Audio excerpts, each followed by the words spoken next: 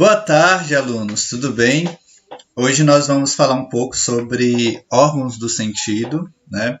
Talvez durante a aula vocês possam ouvir alguns barulhos, né? Porque a minha casa está em reforma e tal, mas vai dar para prestar atenção, viu? Então, concentra aí, vai dar certo, vamos junto.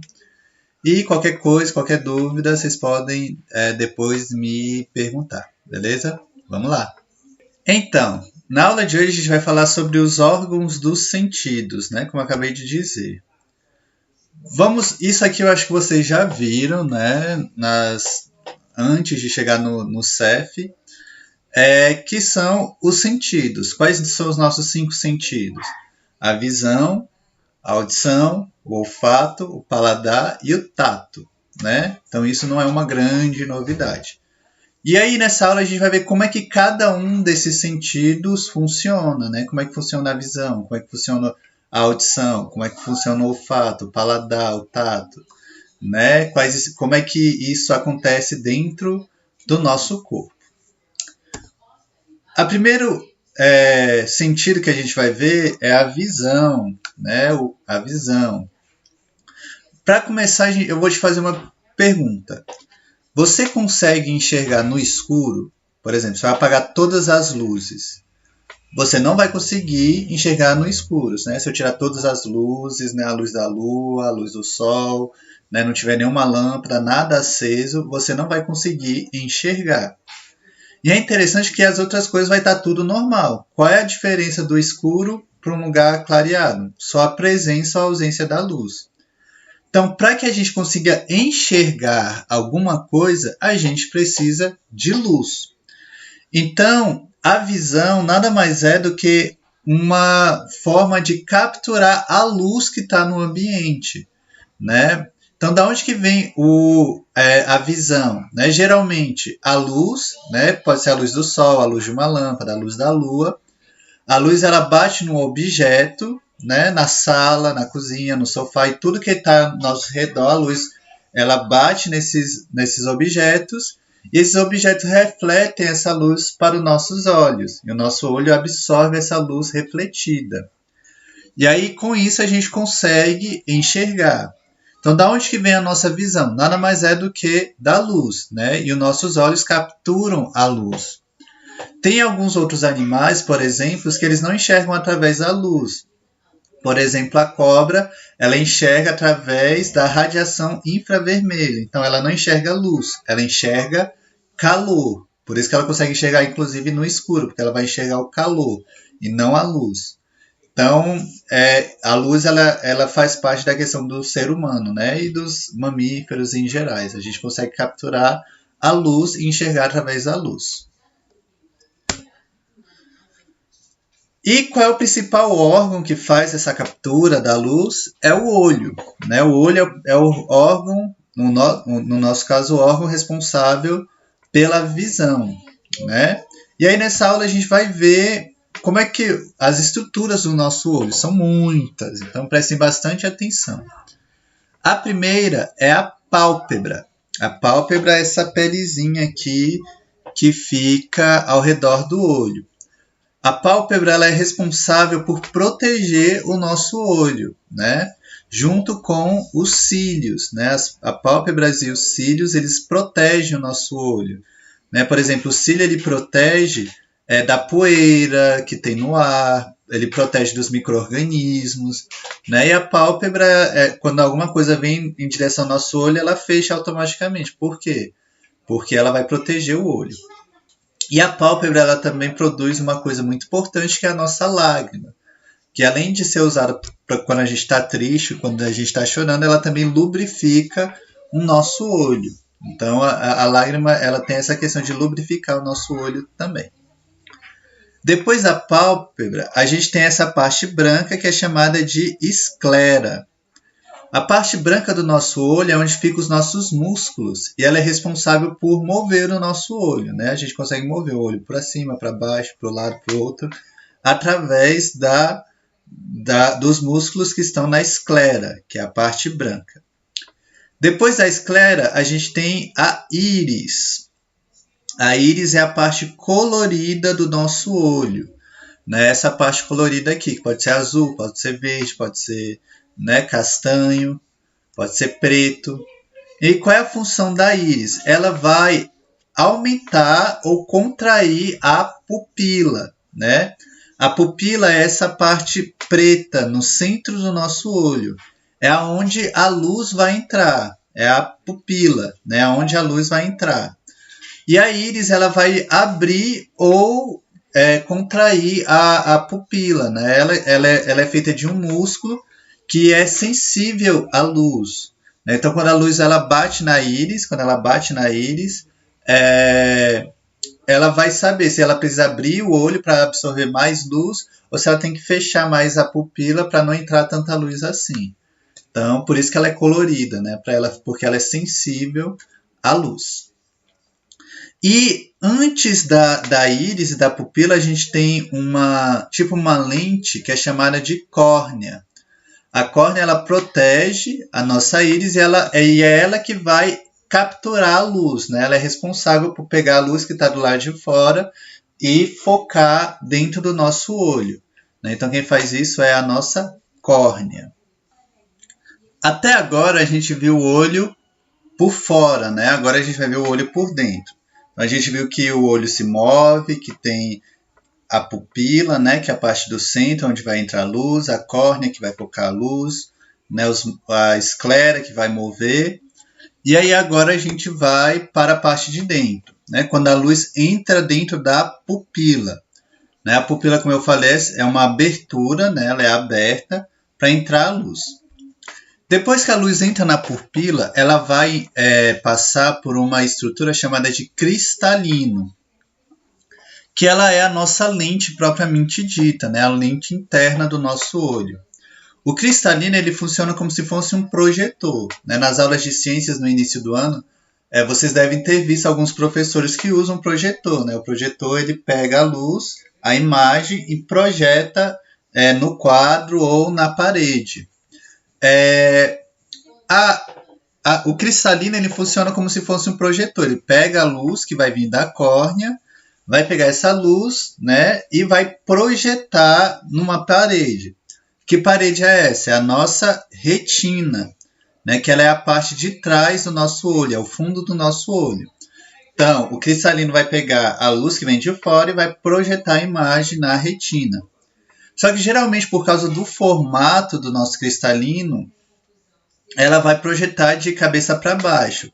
E aí o cérebro que tem que fazer, né, processar essa imagem e colocar de cabeça para cima, né, colocar normal. Na retina, existem algumas células chamadas de... são os cones e os bastonetes. Para que servem essas células? Os cones, eles são responsáveis por absorver luz colorida, né? Então eles são responsáveis por levar cor para os objetos. E os bastonetes, eles são aqueles responsáveis para quando está escuro, né? Quando está muito escuro, os bastonetes eles conseguem absorver um mínimo de luz. Só que eles absorvem luz preto e branco, né? Por isso que quando a gente está no escuro, a gente não consegue identificar tanta cor, né? Por causa que os bastonetes são usados quando está mais escuro. Deixa eu ver se está faltando mais alguma coisa. Não. Depois que essa imagem é feita na retina, ela é absorvida pelo nervo óptico, né? A gente viu na aula sobre o sistema nervoso que os nervos são o que ligam, né? Os órgãos ao cérebro. Então, o nervo vai ligar o olho, né, ao nosso cérebro. E lá o cérebro vai processar essa imagem para responder ou fazer o que tiver que fazer. Beleza? Então, sobre o nosso olho, é isso. Depois que a gente viu sobre o olho, a gente vai ver agora sobre a audição, né? Se o olho é responsável por absorver luz, a audição ela é responsável por absorver vibrações, né, que tem no ar. Da onde que vem o som? O som ele é uma vibração. À medida que o som vai se propagando, ele vai vibrando o ar. E aí essa vibração ela é capturada pelos nossos ouvidos. Tanto que, por exemplo, não existe som no espaço. Por quê? Porque não tem nada lá para vibrar. Se não tem nada para vibrar, não tem como ter som. Inclusive, quando você vê um filme, né, que tem no espaço, que tem explosões e tudo mais, não dá. Se fosse na vida real, não daria para ouvir essas explosões, porque o som ele não se propaga no espaço, num lugar que não tem nada. E o principal órgão, né, da audição é a nossa orelha. Né? A orelha, vocês sabem o que é a nossa orelha, ela é responsável por capturar essa vibração. E ela é dividida em 3 partes. A orelha externa, que é essa parte que a gente vê, né? Existe a orelha média e a orelha interna, que a gente vai ver o que é isso agora. A orelha externa ela é formada pelo pavilhão da orelha, ou pavilhão auricular, que é essa parte externa da orelha, que vai absorver as vibrações que estão no ar. Depois que essa vibração ela passa pela orelha, ela vai entrar nessa parte interna aqui da orelha, que é chamada de meato acústico. Ela é um canal que vai pegar todo esse som que está aqui fora e vai direcionar para onde tem que ir. Depois que ela passa pelo meato acústico, ela vai passar por uma membrana timpânica, ou também como é conhecido como tímpano, né? A parte mais interna da orelha externa. À medida que o som vai passando, esse tímpano ele começa a vibrar, como se fosse um tambor, ele vai vibrando e isso vai produzindo o som do jeito que a gente consegue ouvir. Tanto que, por exemplo, quando você ouve algo muito alto, né, isso pode estourar os tímpanos. Por quê? Porque o tímpano vai vibrar tão forte, tão forte, tão forte, que isso pode causar uma ferida. Depois que o som ele passa por essa parte, que é a orelha externa, ele entra de fato no nosso ouvido e vai para a orelha média. Na orelha média existem alguns ossos, né, que a gente está chamando aqui de ossículos. Esses ossos são chamados de martelo, bigorna e estribo. Professor, que nome sou esse? Precisa decorar? Não. O que você precisa entender? Que quando o som ele entra no nosso ouvido, esses ossos eles começam a bater e a produzir um som. Né? E aí para que serve para bater? Para que esse som amplie dentro do nosso ouvido. Né? E aí a gente consegue interpretar melhor essa vibração. Depois que o som passa por esses ossos, né, que ficam batendo um no outro, o som ele vai para a orelha interna. Dentro da orelha interna, eu vou voltar aqui, ó, tem uma estrutura chamada de cóclea, que é essa estrutura em formato de caracol. Dentro desse caracol, se a gente desse um zoom nele, existe dentro dele um líquido.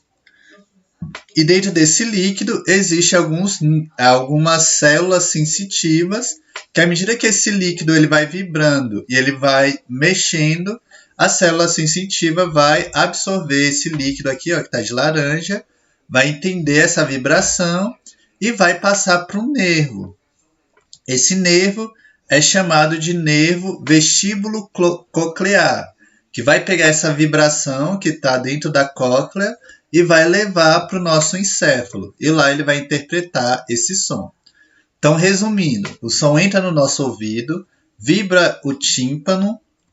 Dentro do tímpano, esse tímpano vai vibrar esses ossos e esses ossos vai vibrar a cóclea. À medida que a cóclea vai vibrando, né, isso vai vibrar um líquido que tem dentro dele e esse líquido é absorvido por as células sensitivas que vai levar para o nervo vestíbulo coclear. O ouvido, né, a nossa orelha, além de ser responsável por ouvir, né, pelo som, ele também é responsável pelo nosso equilíbrio. Dentro do nosso ouvido existe uma estrutura que tem formato de arco que é chamada de labirinto, né? Como se dentro dele tivesse um labirinto mesmo.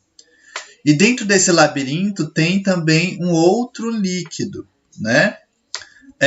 À medida que esse líquido que a gente move, se a gente move assim a cabeça para a direita, esse líquido ele vai cair. E aí, dentro do nosso ouvido, existe um nervo que vai capturar esse movimento do líquido e vai dizer para o nosso cérebro que a gente virou a cabeça para a direita. Né? Quando a gente levanta, né, esse líquido ele vai fazer um movimento de levantar. E aí a gente sabe que a gente está levantando.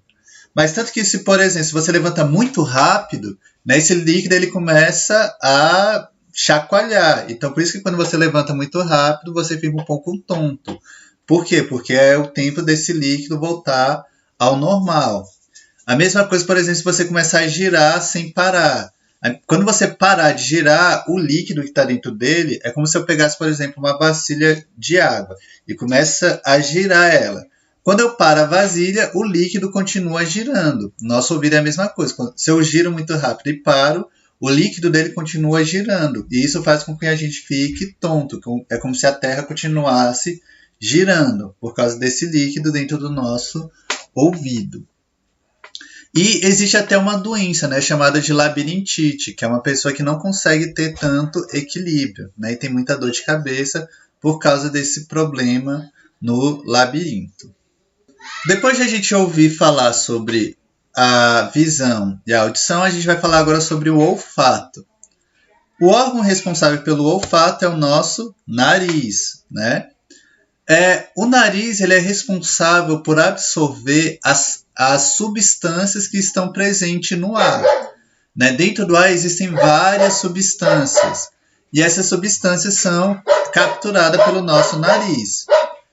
E aí, quando essa substância entra no nariz, né, o nariz ele existe alguns nervos, né, dentro do nosso nariz, e esses nervos eles vão interpretar essas substâncias como cheiro.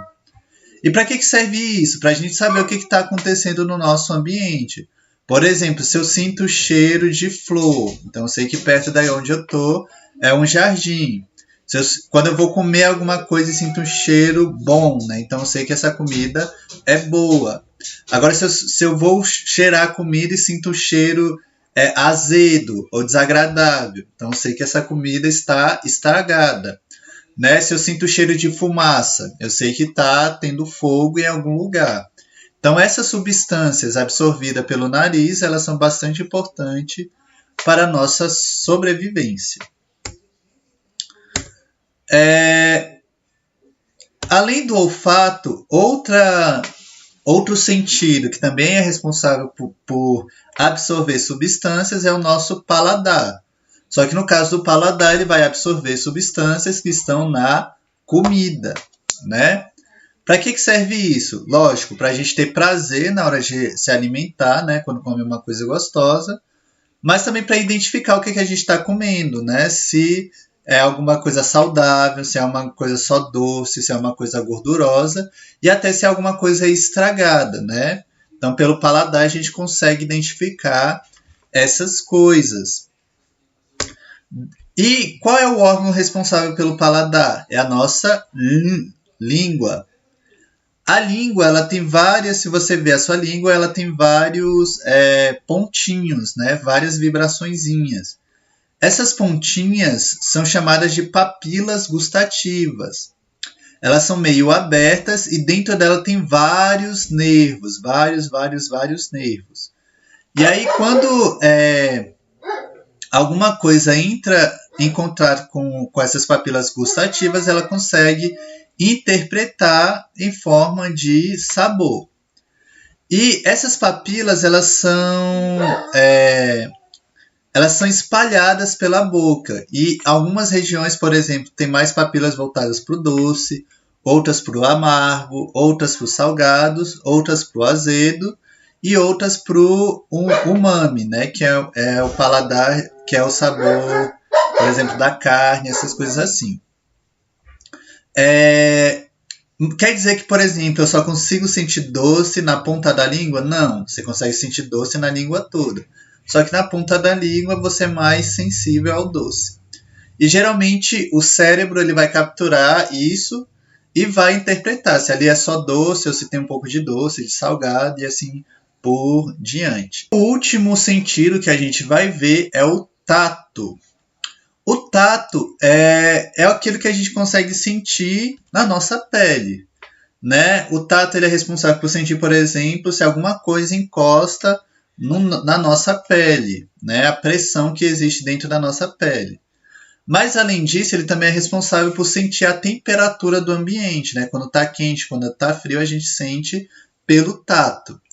E ele também é responsável pela dor, né? Toda vez que dói alguma coisa, seja fora do nosso corpo ou dentro do nosso corpo, o tato é responsável por isso. O principal órgão do tato é a pele, né? A nossa pele. Não é a mão, gente, é a pele, né? Toda a nossa pele é responsável pelo nosso tato. Inclusive a pele, né, é o maior órgão do nosso corpo humano. Junto da pele, vocês estão vendo essa imagem, que é como se fosse a pele dando um zoom. Tem vários nervos, né? E cada nervo desse é responsável por levar a temperatura, outro para levar dor, outro para levar sensações, né? Toque e por aí por diante. E junto com o pelo, né? Isso aqui que vocês estão vendo maior aqui são os pelos.